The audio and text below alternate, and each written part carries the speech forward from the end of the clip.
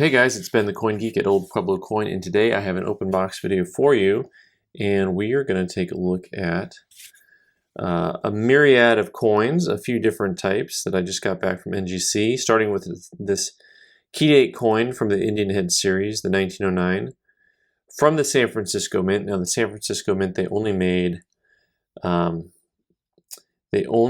Indian Head penny in 1908.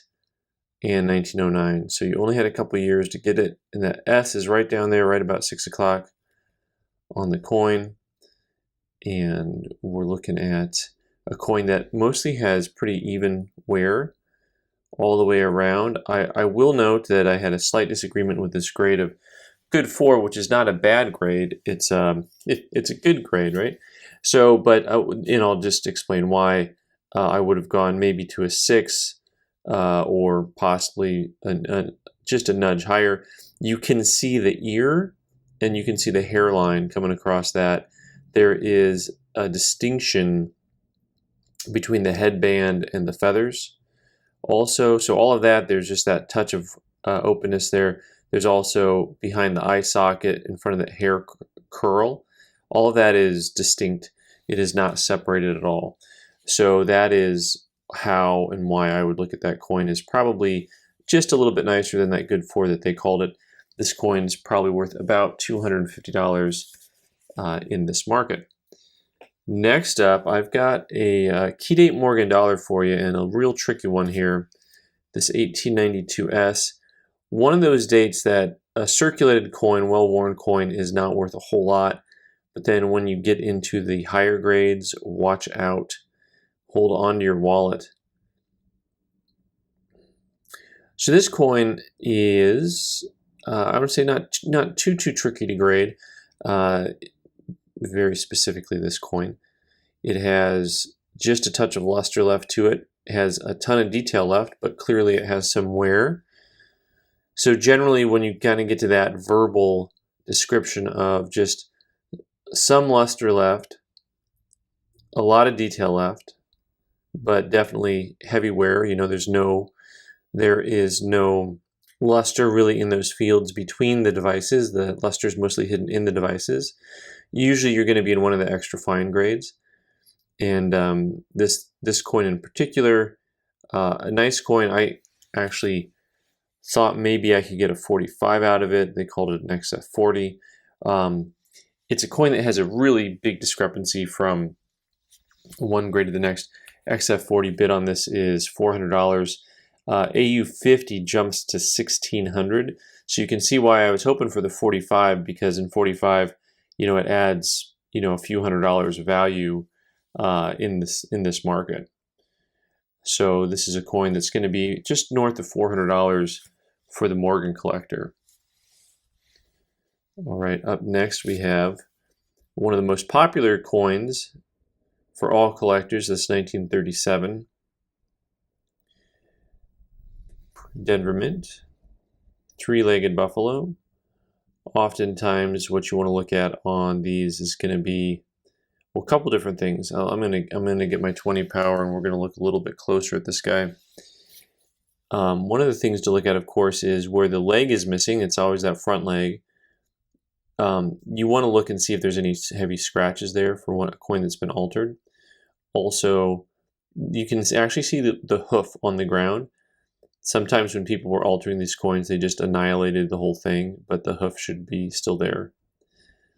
Also, you'll notice this pocked granular leg in the back.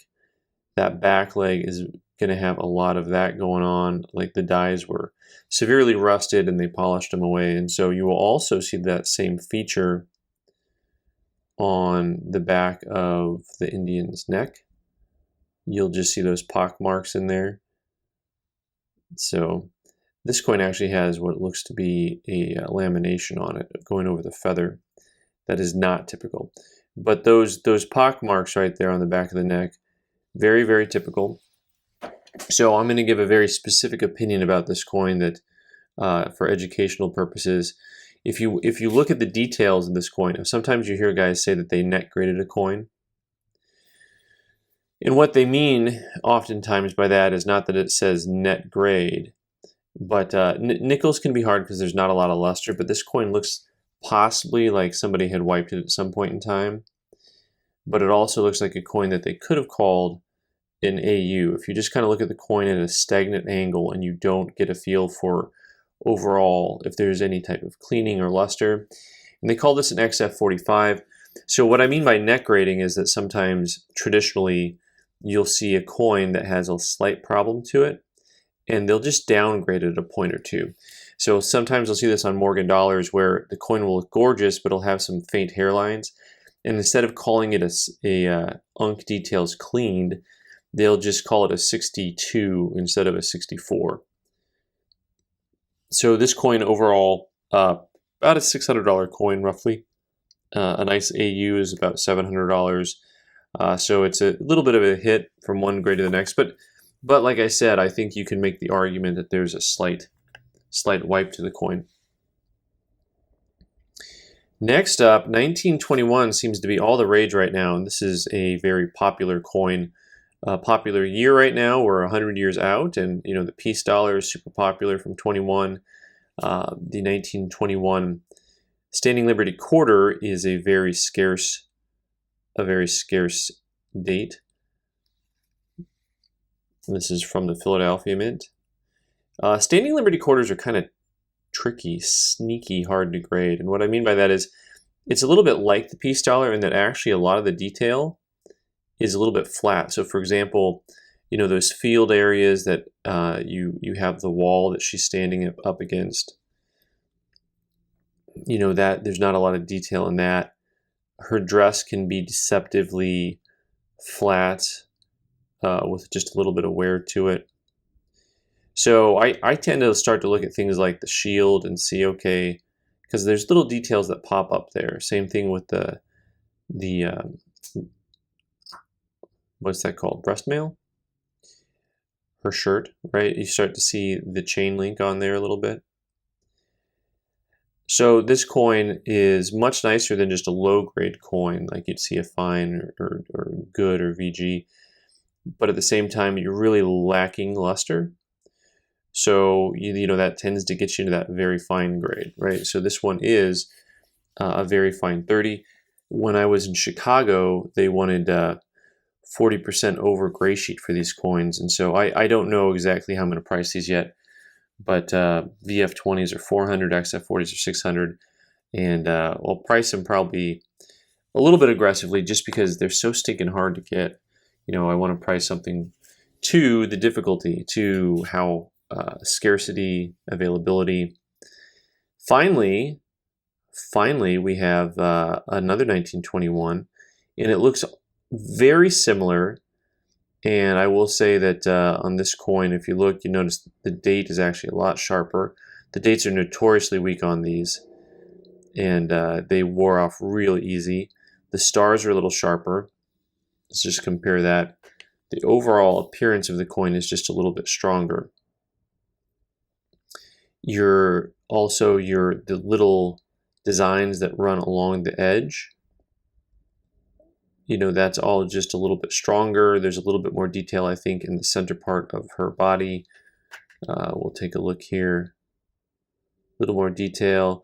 You can see especially also, like I was saying, the design that runs along the edge, how much stronger that is. A little more detail in those flat areas on the wall. And the reverse, we've got our first coin here, that VF30. And then the second coin, and it's really hard to tell much of any difference on these two coins, one from the other, except they did call the second coin a VF35. I do think it has a little bit better all-around look to it. So pretty cool coin. Both of these very hard to get. The 1921 Standing Liberty Quarter, one of the scarcer dates. If you try to collect Standing Liberty Quarters, you'll know pretty quick that it's not an easy task. So thanks so much for watching, guys. I've been the Coin Geek. You can leave your comments down below, and look forward to seeing what you have to say. Thanks.